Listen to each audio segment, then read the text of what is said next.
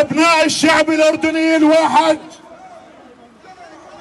أبناء الشعب الأردني الواحد، شهر وينظر العالم الذي يدعي بحقوق الإنسان على القنابل التي تسقط على غزة 10,000 شهيد معظمهم من الأطفال والنساء.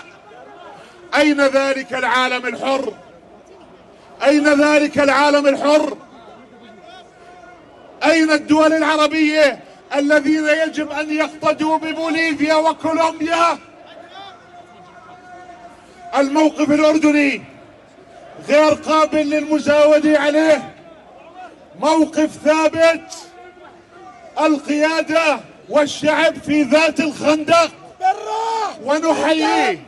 نفديك يا ابو حسين بالروح بالدم، نفديك يا ابو حسين بالروح بالدم، ونحيي الدبلوماسي الأردني بقيادة جلالة الملك بطرد سفير الكيان واستدعاء سفيرنا.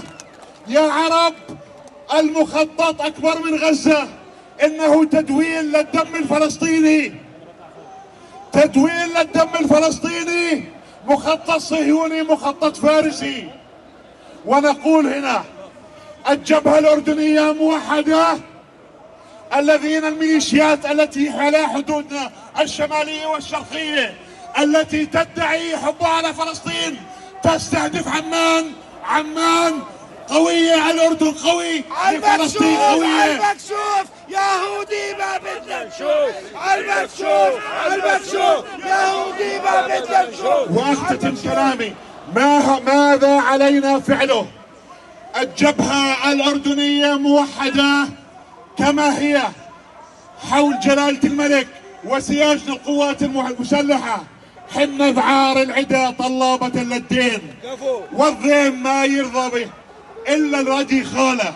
خوض المعارك لنا من يوم نصل فين، والهاشمي ظلنا والروح في دواله. عاشت فلسطين حرة عربية من البحر إلى النهر، عاش الأردن منيعا عصيا في ظل جلالة الملك.